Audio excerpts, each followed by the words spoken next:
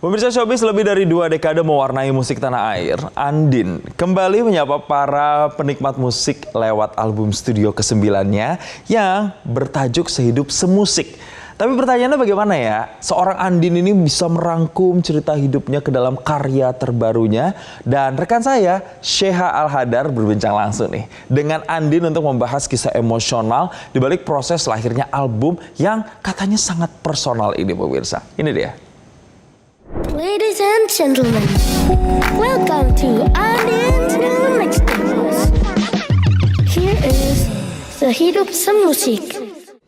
Halo pemirsa Showbiz, kali ini kami tengah bersama salah satu musisi wanita yang mungkin bisa dibilang paling ikonik di Indonesia yang kali ini sudah mengeluarkan album ke-9-nya setelah 26 tahun berkarya. Ada Kak Andin di sini. Halo Kak Andin, gimana kabarnya? Baik sekali, Ya senang ampun. bisa ketemu Showbiz lagi.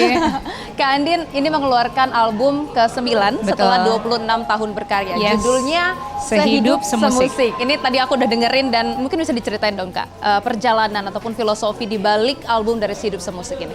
Filosofinya sebenarnya jadi Sehidup Semusik ini kayak mencerminkan sebuah relationships gitu ya. Banyak sekali kita mendengar tentang kayak sehidup, seperjalanan, sehidup semati gitu. Tapi musik ini aku pilih karena musik ini tuh adalah sebuah kata yang mengandung banyak elemen gitu. Jadi semusik itu kan berarti kita senada, seirama, senotasi, sekata-kata, sebahasa. Dan bahkan ketika kita tidak sedang mendengarkan musik yang sama, kita tuh sefrekuensi gitu. Jadi Sehidup Semusik kira-kira tuh ceritanya tentang itu. Kak Andin, ada nggak sih yang membedakan album ini dengan album-album sebelumnya nih? Yang membedakan album ini dengan album-album sebelumnya yang pasti adalah keterlibatanku. Aku bisa bilang ini adalah keterlibatanku yang paling besar dibanding semua album-album yang terdahulu gitu. Kayak apa ya, udah semakin tahu mungkin maunya apa dan pengen bagaimana gitu. Terus mungkin kalau secara storytelling dan liriknya ya udah pasti berbeda dari album-album yang sebelumnya karena setiap album kan aku ada di fase hidup yang berbeda gitu, dan kebetulan di fase hidup yang sekarang ini ya ini curahan hatiku gitu, jadi itu perbedaannya. Ada 13 lagu di albumnya, ini melibatkan 9 produser. Itu juga adalah salah satu hal yang membedakan dari album-album yang sebelumnya. Ini jumlah yang cukup banyak ya untuk satu Iya. album. Nah Kak Andin boleh diceritakan dong bagaimana sih pengalamannya memanage bekerja sama dengan 9 orang, 9 kepala yang berbeda? Ini yang menurutku juga cukup challenging karena aku menginginkan mereka ada di album ini dan bisa berkarya bersamaku, tapi at the same time aku juga mesti dalam tanda kutip menjagain supaya warnanya selaras gitu antara satu dengan yang lainnya. Padahal genrenya berbeda-beda gitu, tapi ya itu gimana caranya berbeda tapi tetap selaras. Nah itu dia yang sebenarnya cukup menantang, tapi ternyata bisa dijalanin. Dan tadi kan kita juga udah dengar bareng-bareng emang beda nih dari yang lagu yang gimana banget, terus ada lagu yang lebih misalnya lebih down tempo, tapi ada yang upbeat, ada yang middle, terus ada yang bunyinya soundnya lebih gimana. Tapi ya karena benang merahnya tuh ada di satu suaraku, kemudian yang kedua ada di cerita itu sendiri, jadi terasa mungkin jadi nyambung satu sama lain. Kak ini sangat eye catching yang dari albumnya adalah warnanya ya. Dari tadi kita Warnanya ngeliat tuh warna kayak pink, wow gitu biru, ya. kuning. Mungkin ada filosofi nggak sih di balik pemilihan warna-warna ini, dan itu yang di belakang ada boneka, itu apa ya Kak? Iya, jadi sebenarnya aduh di album ini tuh kayak bisa dibilang aku banget ya. Maksudnya aku dalam keseharianku tuh emang colorful gitu. Dan apa namanya, kenapa si cover album ini mobil sebenarnya adalah karena perjalanan gitu. Jadi aku melihat ini sebagai sebuah perjalanan yang aku rangkum menjadi sebuah bentuk album. Nah kemudian di cover album itu juga kalau kamu lihat itu ada yang lagi nyetir mobil. Si yang nyetir mobil itu adalah teman seperjalananku gitu, yang aku bisa bilang dia tuh adalah rasaku selama ini, emosi-emosiku, sekumpulan dari cerita-ceritaku, dan juga mencakup inner childku juga gitu. Dan ini tuh dibuat dengan sekreatif mungkin ya, karena memang melalui meditasiku aku keluar tuh si bentuk-bentuk inner child yang pernah aku temui pada saat aku masih kecil. Tuh ada satu karakter apa yang kemudian oleh seorang ilustrator yang namanya Ika Amels digabung menjadi satu bentuk gitu ya. Kemudian oleh seorang 3D animator ini dibuat menjadi sebuah bentuk karakter gitu yang sampai hari ini belum ada namanya. Dan rencananya sih pengen nanya ke teman-teman juga gitu, cocoknya namanya siapa? Mungkin cocoknya Andin 2 gitu ya. Andin 2, soalnya itu dia adalah aku sebenarnya gitu yang udah membawaku ke banyak tempat. Oke. Nah, ini kan lagunya cukup unik ya, kayak berbeda-beda dengan tone yang berbeda-beda, ada yang sedih, ada yang ceria. Ada lagu Nonchalant. Tadi yang cukup unik dan kayaknya cukup jarang dikeluarkan oleh musisi Indonesia nih karena ada storytelling. Nah, itu boleh dong diceritakan bagaimana proses pembuatannya dan sebenarnya kenapa memilih buat lagu yang storytelling seperti itu? Iya, jadi pasti dari setiap karya ada inspirasinya kan. Jadi setiap karya yang dibikin itu biasanya aku ngambil terinspirasi dari lagu ini, kemudian lagu ini, kemudian lagu ini diramu terus dikasih bumbu-bumbu Andinnya gitu. Begitu pula dengan lagu Nonchalant itu. Jadi di lagu tersebut memang aku terinspirasi dari sebuah lagunya Jill Scott yang dimana di situ dia monolog gitu ceritanya di lagu tersebut. Terus aku bilang aku pengen banget punya lagu kayak gitu.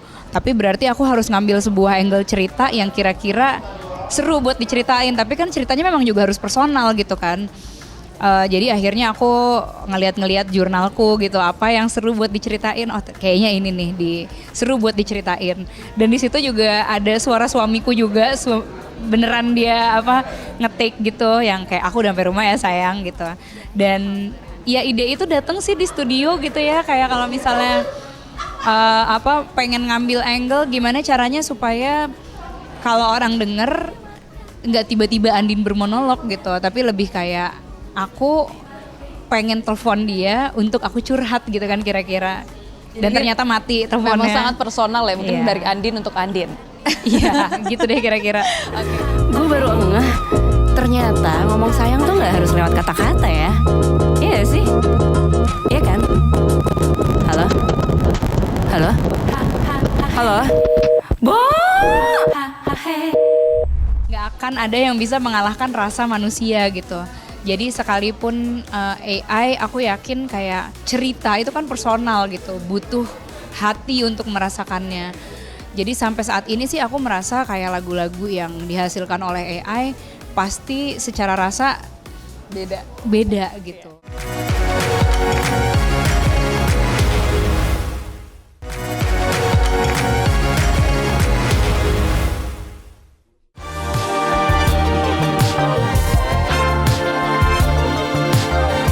Apa sih Kak bedanya buat lagu mungkin yang zaman dulu sama zaman sekarang tuh gimana? Bedanya kalau dulu karena banyak hal yang belum bisa dilakukan secara digital, kebanyakan lagu-lagu itu muncul dari alat musik. Jadi kayak orang main piano terus ada lagunya gitu. Terus kita bikin lagu dari situ, atau orang main gitar terus bikin lagu dari situ. Kalau lagu-lagu sekarang yang ada di album ini at least gitu ya, kebanyakan, nggak semuanya, kebanyakan lahir dari beatnya duluan. Proses produksinya jadi agak sedikit berbeda dan akhirnya menghasilkan karya yang rasanya perbedaannya juga cukup signifikan gitu. Nah, berbicara soal teknologi zaman sekarang, kita kan udah paham sama yang namanya AI ya, artificial intelligence yang sebenarnya sekarang udah menjamur di mana-mana dan somehow bisa dibilang mengkhawatirkan karena banyak yang menggunakan suara orang lain, kemudian buat lagu sendiri. Nah, itu Kak Andin memandang ini gimana? Apakah ini tantangan baru untuk para musisi misalnya? Ini pasti menjadi tantangan baru untuk para musisi karena satu mudah sekali untuk untuk membuat sebuah lagu dengan menggunakan AI. Jadi pasti banyak yang tergoda juga gitu kan, karena gampang dan bisa menghasilkan uang gitu. Tapi sekali lagi nggak akan ada yang bisa mengalahkan rasa manusia gitu. Jadi sekalipun AI, aku yakin kayak cerita itu kan personal gitu, butuh hati untuk merasakannya.